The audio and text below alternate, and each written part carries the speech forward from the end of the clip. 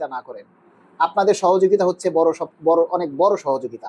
যাই হোক, আমরা মাননীয় প্রধানমন্ত্রীর কাছে আপনাদের মাধ্যমে আমরা বলতে চাই যে মাননীয় প্রধানমন্ত্রী, আসন্ন রোজার ঈদের আগেই আপনার মুখ থেকে পে স্কেল সম্পর্কে আমরা একটা খুশির সংবাদ শুনতে চাই। আপনি না হয় 6 মাস পর থেকে বাস্তবায়ন করেন, আপনি একবারে না পারলে 2বারে বাস্তবায়ন করেন, তবু আমাদেরকে খুশির সংবাদটা দিন। অন্তত আমরা একটু তৃপ্তি পাই, আমাদের আত্মাটাকে একটু শান্তি করি। আমাদের সরকারি ছোট ছোট কর্মচারী, নিম্ন গ্রেডভুক্ত বেতনভুক্ত কর্মচারী যারা আছে, তারা যেন সবাই একটু স্বস্তিতে এই ঈদ উদযাপন করতে পারে। আমরা যাতে একটু ভালো একটা খবর পাই। এই যে সামনে 12 তারিখ যে বাজেট, যে সংসদ অধিবেশন শুরু হচ্ছে, দীর্ঘকাল পর এই সংসদ আবার প্রাণবন্ত হয়ে উঠবে। মহান সংসদে যেন আমাদের পে স্কেলের দাবি নিয়ে সবাই কথা বলেন। এই 12 তারিখে যাতে মহান সংসদে সবাই যাতে আমাদের পে স্কেলের দাবির কথাগুলি তুলে ধরেন, এটা আমরা সকলের কাছে অনুরোধ জানাচ্ছি। আপনারা সবাই এই দাবিগুলি বেশি বেশি করে তুলে ধরবেন, প্রচার করবেন, যাতে আমাদের দাবির কথাগুলি সবার নজরে আসে।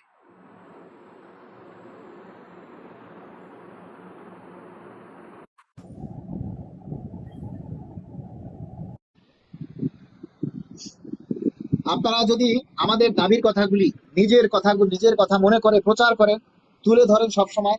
আমরা একটা কথা বলি, এই যে দাবির কথাগুলি, কথার যুক্তি কথাগুলি তুলে ধরি, এগুলি কিন্তু আপনাদের প্রচার করা উচিত। এগুলি সবার, এই যে 400, 500, 1000 মানুষ আজকে লাইভে যুক্ত হয়েছে, সবাই যদি দাবিগুলি শেয়ার করেন, প্রচার করেন, তাহলে আমাদের এই দাবির কথাগুলি অনেক দূর পর্যন্ত পৌঁছে যায়। আরে ভাই, 10 বছরের বেতন দিয়ে, 10 বছর আগের বেতন দিয়ে 10 বছর পরে কি আমরা চলতে পারি?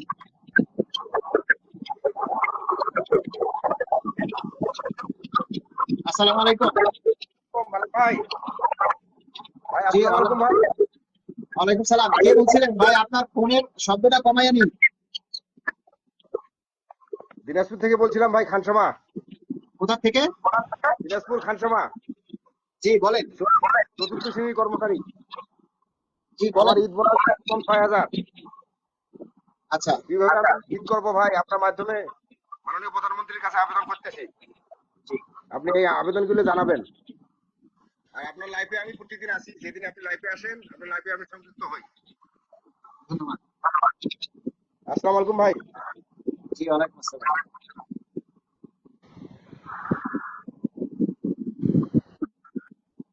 উনি একজন ছোট কর্মচারী। উনি বলছেন যে 6000 টাকা বোনাস পায়। এই 6000 টাকা বোনাস দিয়ে কি করবে, কিভাবে 6000 টাকা বোনাস পান আমি জানি না।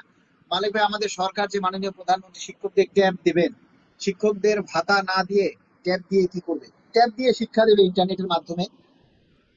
আমরা ভাত খেতে পারি না, আমাদেরকে আগে ট্যাব দিচ্ছে। কি বলবো ভাই, আসলে বলার মতো ভাষা পাচ্ছি না। আমরা আমরা চাই আমাদের সরকার অত্যন্ত মানবিক হয়ে উঠুক। আমরা চাই আমাদের সরকার যাতে আমাদের দুঃখ কষ্টগুলি বুঝুক। আমাদের সরকার যদি সরকারি কর্মচারীদেরকে না বুঝে, আচ্ছা, একটা মানুষের শরীরে যেমন রক্ত আছে, একটা মানুষের চলতে গেলে শরীরে যেমন রক্ত থাকে, রক্ত না থাকলে যেমন শরীরে রক্ত শূন্যতা দেখা দেয়, শরীর অকেজো হয়ে যায়, শরীরে নানা রোগ ব্যাধি দেখা দেয়, তেমনি একটা সরকারের রক্ত হচ্ছে সরকারি কর্মচারী। সরকার আছে কিন্তু সরকারি কর্মচারী নাই, তাহলে কিন্তু সরকার প্রাণবন্ত থাকতে পারবে না। একটা সরকার তখনই প্রাণবন্ত হয়ে উঠবে যখন তার সরকারি কর্মচারীরা ভালো থাকবে, সরকারি কর্মচারীরা ভালোভাবে জীবনযাপন করবে নির্ভয়ে, এবং এবং কি বলে, অভাব মুক্ত হয়ে যখন অফিস করবে, তখন তাদের কাজে মনোযোগ বাড়বে, তখন তারা দেশের উন্নয়নের জন্য নিঃস্বার্থভাবে কাজ করতে পারবে। কিন্তু এই যে আমরা সরকারের ব্লাড বলি কর্মচারীদেরকে, তাহলে সেই কর্মচারীরা যদি ভালো না থাকে, তাহলে তো সরকার নানা রোগাক্রান্ত হয়ে পড়বে, সরকার নানা রোগে ভুগবে, তাই না? সরকারের রক্ত, সরকারের ব্লাড হচ্ছে কর্মচারীরা। সেই কর্মচারীরা যদি ভালো না থাকে, তাহলে সরকার ভালো থাকবে আপনারা বলেন? তাহলে কর্মচারীদের কথা সরকারের ভাবতে হবে না? সরকারের যে প্রধান, তার তো ক্ষমতায় গ্রহণ করার পরই তিনি যেভাবে নানা পরিকল্পনা করতেছেন, সাধারণ মানুষের কথা আপনি চিন্তা করতেছেন, কই সরকারি কর্মচারীদের কথা তো আপনি একবারও বললেন না।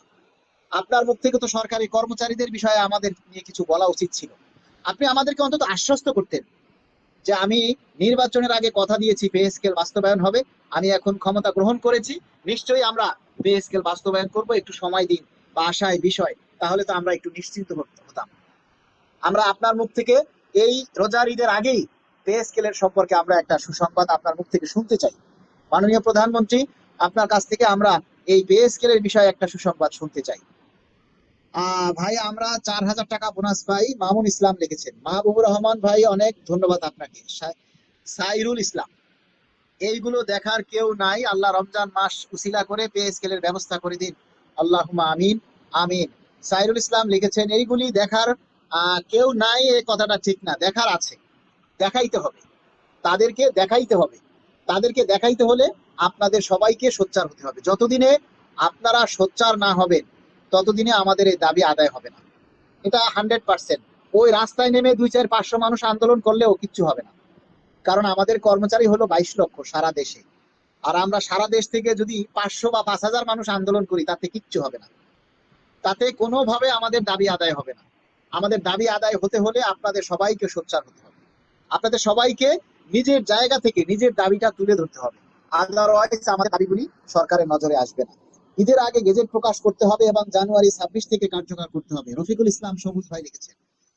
শুভ লিখেছেন পে স্কেল আরো 3 বছর সময় লাগবে, বাস্তব জানি না ভাই, আরো 3 বছর লাগে না 3 মাস লাগে বুঝতে পারতেছি না। সুন্দর, আপনি মহান, আল্লাহ পাক আমাদের সহায় হন। আমি জাহাঙ্গীর আলম লিখেছেন। এমডি মতিউর রহমান লিখেছেন, আঙ্কেল আমরা অবসরপ্রাপ্ত পেনশন, তাই আমরা শুধু 8,000 টাকা বেতন পাই।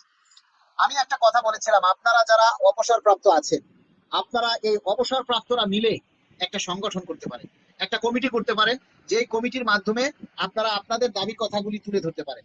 আপনারা কিন্তু এই যে বিভিন্ন ডিফেন্স থেকে যারা অবসরে যায়, সাধারণ কর্মচারী থেকে অবসরে যায়, সবাই মিলে আপনারা একটা অবসরপ্রাপ্ত কর্মচারী সংগঠন করতে পারেন।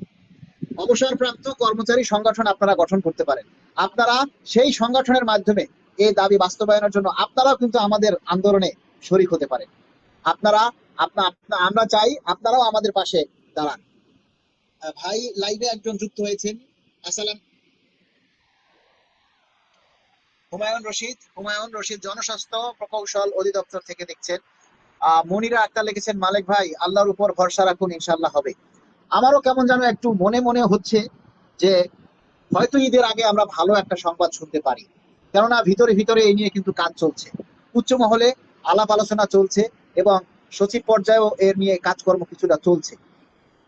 এমডি ফরহাদ হোসেন লিখেছেন, মালিক ভাই সরকারি চাকরিজীবী নাকি অন্য কোনো পেশায় নিয়োজিত হতে পারবে না, তবে সরকারি ডাক্তারগণ তাদের সরকারি দায়িত্ব পালন করে প্রাইভেট চেম্বার করেন, 1,500-2,000 টাকা ভিজিট নেন, সে বিষয়ে কিছু বলেন।